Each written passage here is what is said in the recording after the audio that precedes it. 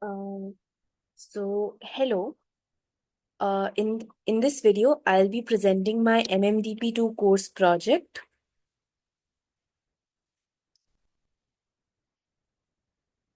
So the topic that I've chosen for my project is the paper that says Learning Transferable Visual Models from Natural Language Supervision. So this paper is basically the paper by OpenAI, which introduces the famous CLIP model.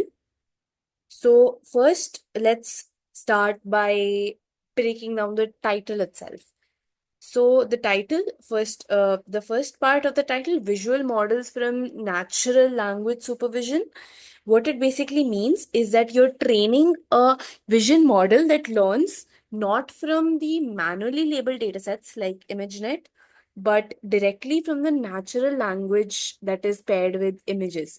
The kind of data you have on internet, like Instagram photo with a caption. So it's noisy but vast. Now, the second word, transferable. What does transferable mean? It means that once trained, the model can generalize to a wide variety of new tasks. For example, object recognition, OCR, or action classification, without needing to fine tune it on those kind of tasks. So this is also referred to as zero shot learning.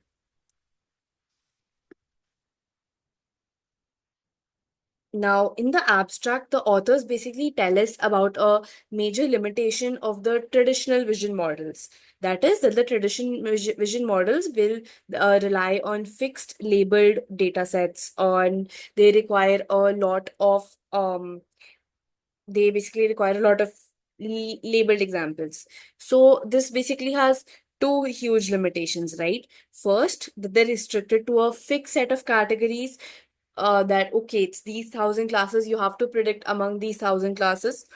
And second, that creation of these data sets is very expensive, slow, not scalable.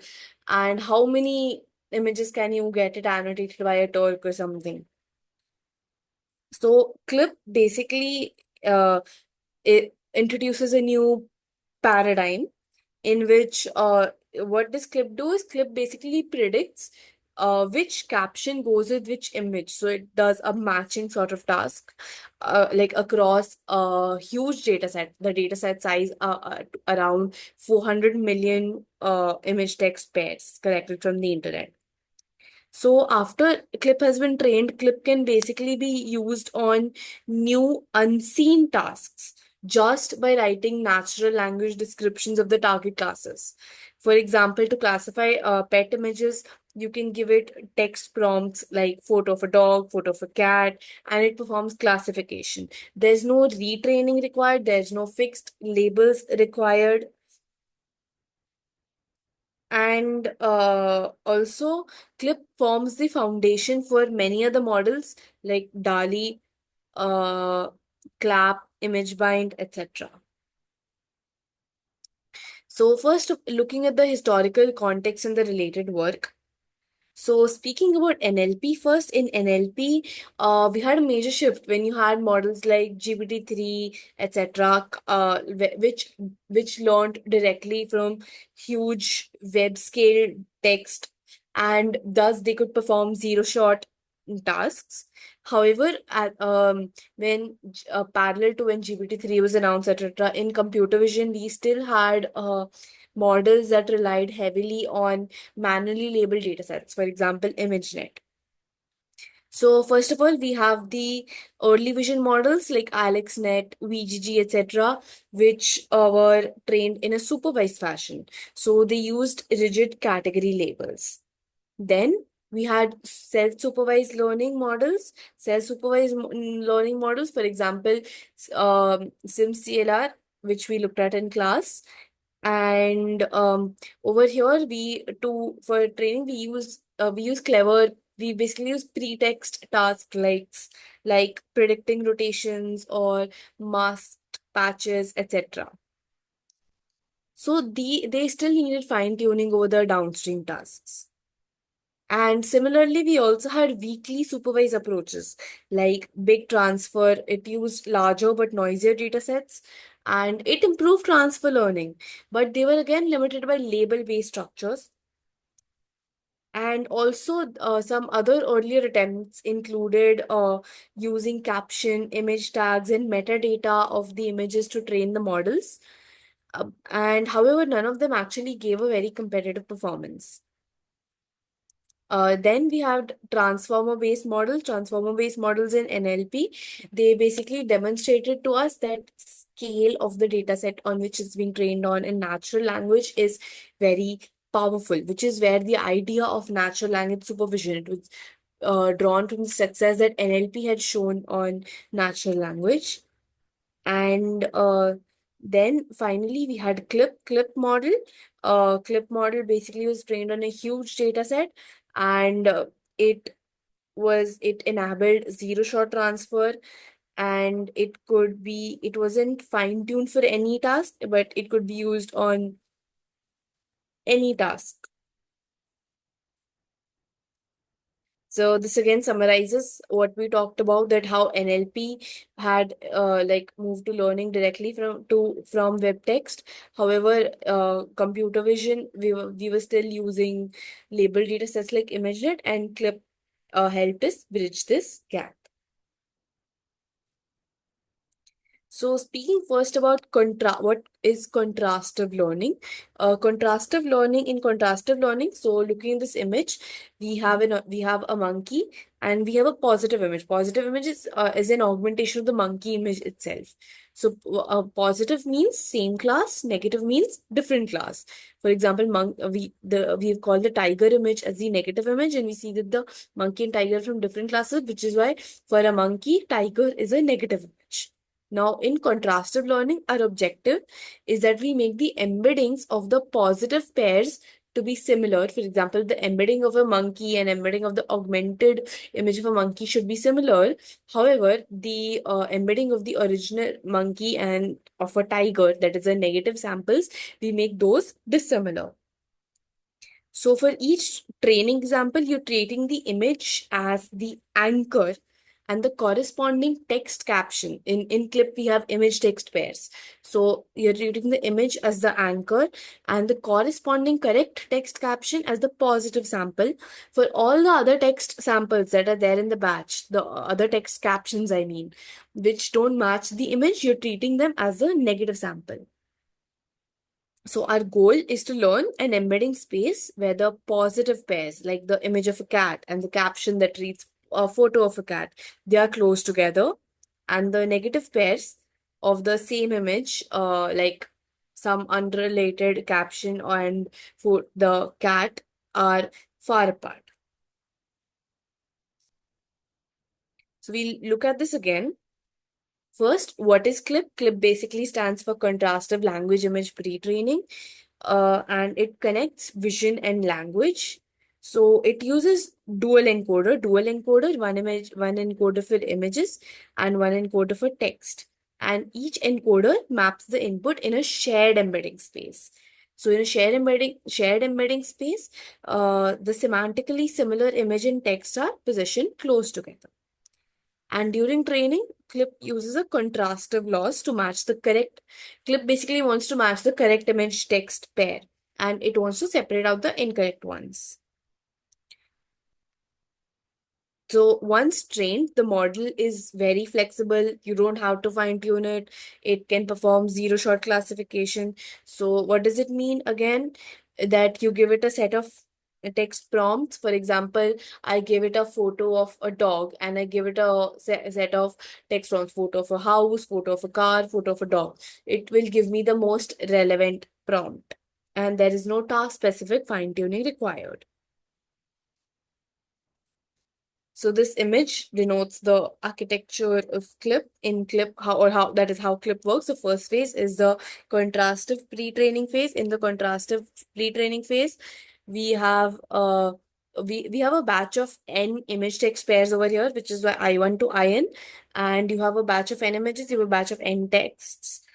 And the my positive sample is basically I1 T1, I2 T2. That is the I1 image has the caption T1, I2 image has a caption T2. So along the diagonal of this matrix, this is we basically compute the dot product of each of these image and text that is possible. That is I1 with uh, T1, T2, up to T, and similarly I2 with this. So over here, we're using cosine similarity, and typically a contrastive loss function like info NC is used to train the model. So we want to basically maximize the diagonal of this matrix, like because the diagonal denotes dot product of the similarity between the correct pairs of the positive samples, and we want to minimize all the rest of the elements in the matrix. And we're basically learning a joint embedding space over here. And so the all the rest of the pairs, for example, I1 T2, I1 T3, they are referred to as negative samples. Then the second part, we create a dataset classifier from the label text. Over here, this is during inference. During inference, we are not fine-tuning the model. What we do over here is we are using natural language prompts like a photo of an object. Now, object could be plane, car, dog, bird, anything. And we are passing through a text encoder, and we're creating embeddings of all of these prompts. So we are now each so we have each class, that is a dog, plane, car, bird. We have an embedding. We basically have each class is being represented as a text embedding. Then how do we use it for zero shot prediction? The image that whose class we want to predict, we pass that image to an image encoder, and we obtain the embedding of the image. We compute the similarity or the dot product of that image with all the text, with the all the embeddings of the labels of the text labels that we had, and the text with the highest similarity, like the one that is the most semantically aligned, is selected as the prediction. So Clip is basically performing classification. It's not learning any task specific weights, but it's directly comparing the image embeddings with the language embeddings. This is the pseudocode of the approach where we are extracting feature representations of each modality. That is the image through the image encoder, text through the text encoder, as we saw above. And then we are basically computing the dot product of each of these image text pairs. And like if we look at WI was a learned projection of image to the embedding, and WT was a learned projection of text to embedding. So image encoded image to, and dot product with the learned projection of the image embedding, and similarly for the text one.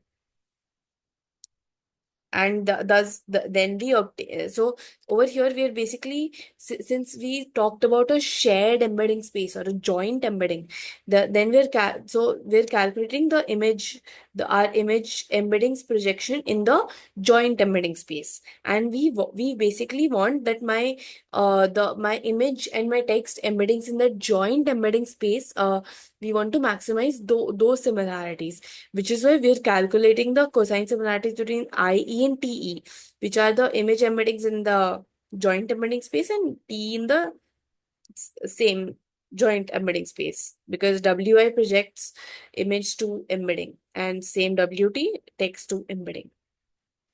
And then we have a symmetric loss function, which is a cross entropy loss, and symmetric because it calculates across both the axis, axis 0, axis 1. That is, we basically calculate loss among both the row and both the column. That is, what it means is basically we want that I1 among all T1 to Tn. We want that I1 is closest to T1 and that is I1T1 is maximum along this row, as well as I1T1 is maximum along in this column. Like that is T1 is semantically closest to I1 among I1 to IN. So which is why it is referred to as symmetric loss. For training data set, as we talked earlier, that in general we had huge labeled data sets like MS Coco or ImageNet, etc. But to increase the scale, they basically constructed a new data set called as the web image data set, web image text data set, which had around 400 million image text pairs.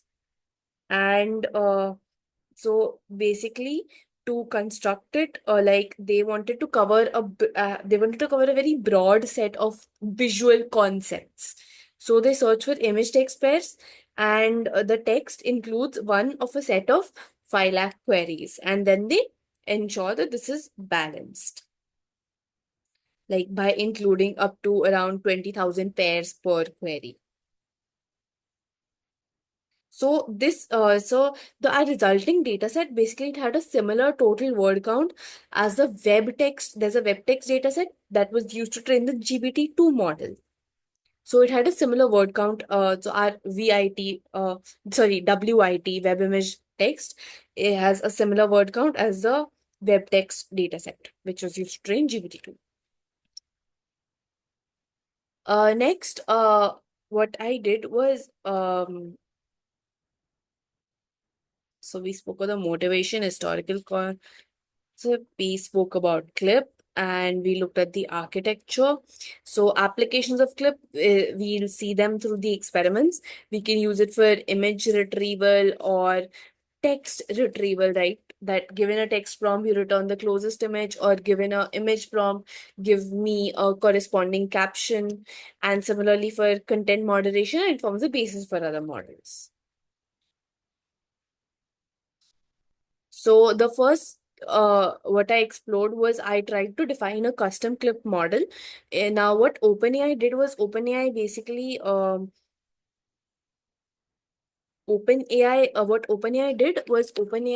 tried to OpenAI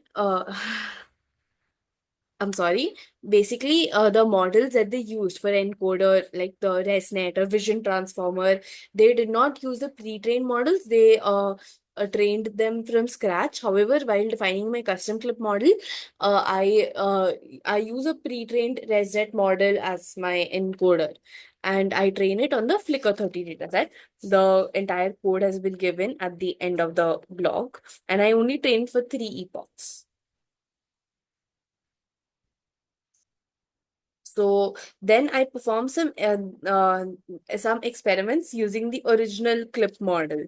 That is the clip model that has been loaded. Yes. So I load a pre-trained clip model which used Vision Transformer as its image encoder, as it's shown in the screen, and I perform a set of experiments.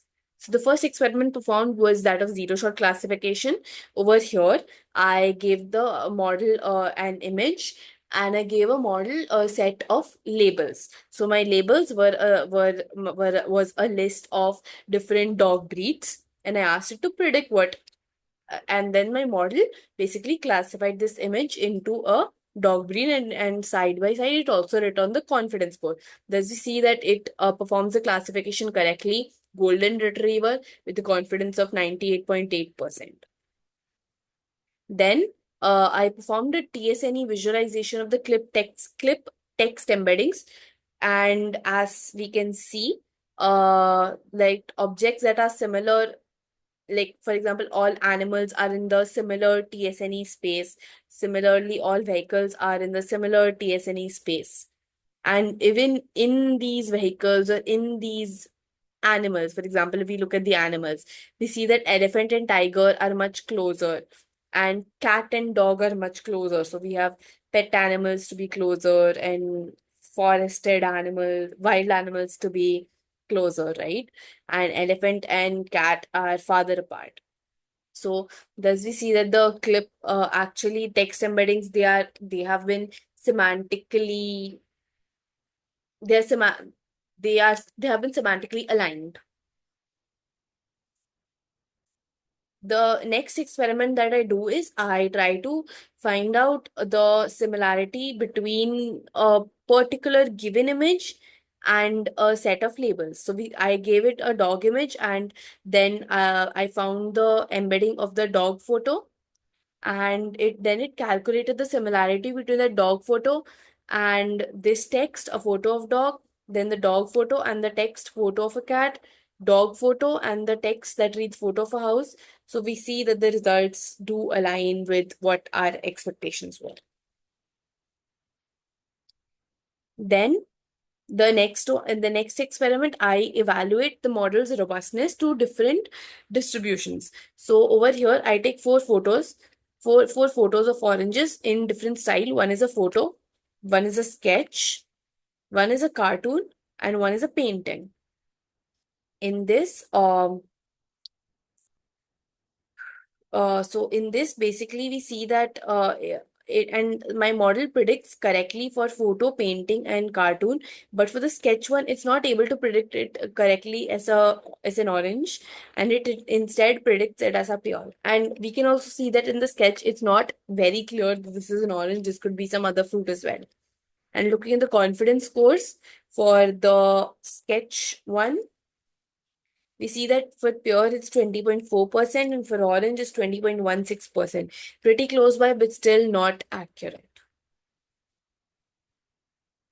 The next task that I perform with the clip model is that given a particular query, you retrieve an image from a database. So I created a small file of 5 images, and my first query, a sunset over mountains, we see that it assigns similarity score to different images, and it has assigned the highest score to the one which is the correct image. And also notice that the score that is the second image is basically image of a sunset on a beach. This has a much higher score than image of a fruit stall or image of a cat. Similarly, for dog playing in the park, a highest score for an image of a dog, and given this query, it retrieves the highest score. It retrieves the image of a dog, and it gives the highest score to this. And the second highest score is also given to an animal, and lower scores to other scenes. Similarly, for food on plate, we see that highest go to food on plate, second highest go to fruits, which is also food, and thus closer to food on a plate, and lower scores to other pictures. Over here, it's basically retrieving the top 5 images. So there's no sunset on mountain images for the third one, food on plate. Next, another what the author had explored were the effect of prompt engineering on the model. And what the authors had observed was that adding context improves performance, and that a photo of a label. So if I give my encoder a statement like a photo of a dog, it will give higher performance than just a dog. And what the authors of the paper had hypothesized, the reason behind this was that because the image text pairs that are there on the internet, they typically don't have a one word caption for an image. For example, you could take an image Instagram caption or a Wikipedia image description. It's typically a sentence and not just a word. So basically adding content, which is why they felt that since it was trained on data where text embeddings were embeddings of sentences and not words, this would give higher performance. However, when I tried this out, I did not see this result in my experiment. I gave my model an image of a panda and I asked it to predict what class it belongs to among panda, bear, cat, dog, tiger. And I first did not give any prompt, just an empty template. Second one, a photo of a, and these are the results. So I see that there is not much difference in the confidence levels of each, and surprisingly, or rather contradictingly, it contradicts the paper that my confidence for an empty prompt is higher than confidence for a photo of a panda or a photo of a empty.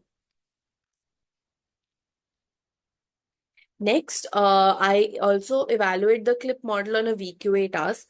For this, I did not write code again since I already had a previous project, and I tried a previous project. A part of it, which was VQA task. So I rather would prefer demonstrating it on that. And given that since we were not supposed to use any previous project, the I have not included this part in the blog, but I would still like to demonstrate it. So a small brief on what this was. This is basically medical VQA. Medical VQA performs visual questioning answering for uh, data of data of scans. For example, if I show.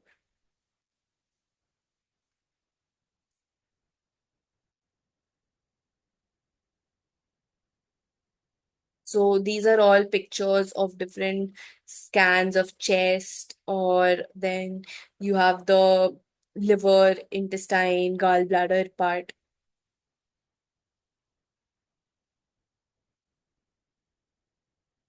So suppose I pick this picture. I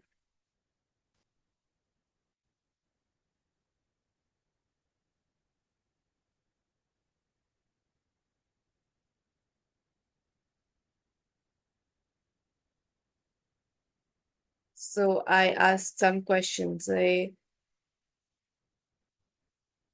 Is the gallbladder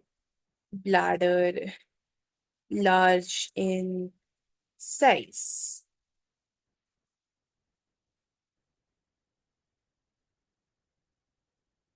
And it gives me answer is no. And based on what I had Googled and checked in the data sets, the expected answer was no. So my model performs correctly.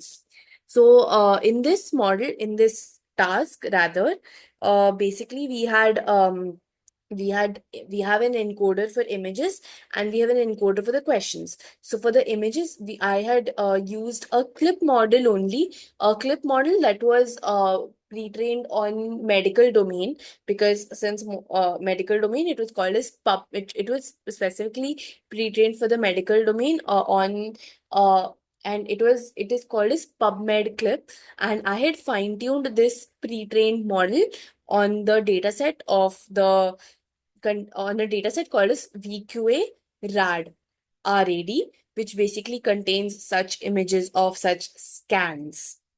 And my decoder over there, the one that gives me the answer, uses GPT-2 decoder.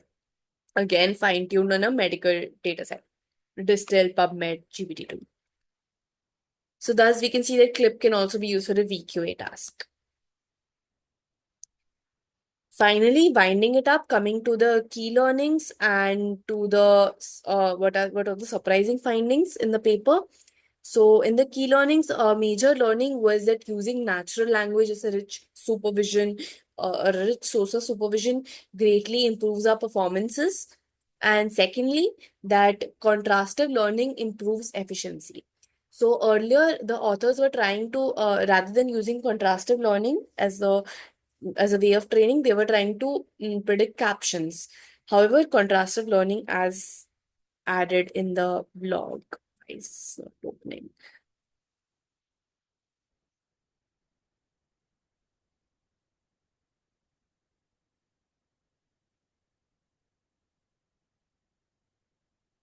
Applications. Yes, so as you can see in this graph, contrastive learning, bag of words contrastive learning clip, gave us a much higher efficiency than just bag of words prediction, and which is higher than a transformer language model. So thus we see that contrastive learning gives us a very high efficiency, which we can say as a learning point. Finally, coming to the surprise findings, first one, robustness to distribution shifts. Robustness to distribution shifts was the orange example that we had seen, that orange had a sketch that we were using. Basically, we were using images from different distributions. As in, we were using a sketch, we were using a painting, we were using a photo, we were using a cartoon image, and we were checking performances of a zero shot clip on all of them. So it reduces the performance gap by up to 75% compared to supervised models. Next, tells us data set greater than architecture. This basically says that data quality and scale matter more than model architecture. As we saw that they increase the scale, so data scale increased much, that efficiency increased. And the authors did not really look much into the architecture. They use a very simple architecture, that is. And then next is that basically rich understanding. So as we saw, for example, in the VQA task, it does not just do object recognition, but it understands the image very well. So it captures a deeper understanding of the image and of the text. And as we saw how semantically closer different embeddings were, so it captures the relationships, it captures the context. For example, in the TSNE visualization, the shirt and dress embeddings were much closer than what shirt was with hat. So it captures such kind of context, etc. Finally, looking at the opportunities for improvement, opportunities of improvement. First is explainability. Explainability, for example, it basically making decisions more transparent and interpretable. For example, we saw that above it predicted the orange as a different fruit, as a pear. We have no idea why it did so. So thus the model is not explainable. Secondly, few shot integration, like integrating it with few shot learning, like when you combine zero shot knowledge with example, it's called as few shot learning. And then abstract reasoning, it basically was found to struggle with different counting and systematic tasks. So thank you so much. The My blog is available on my GitHub. Thank you. And I'm very sorry for the long video.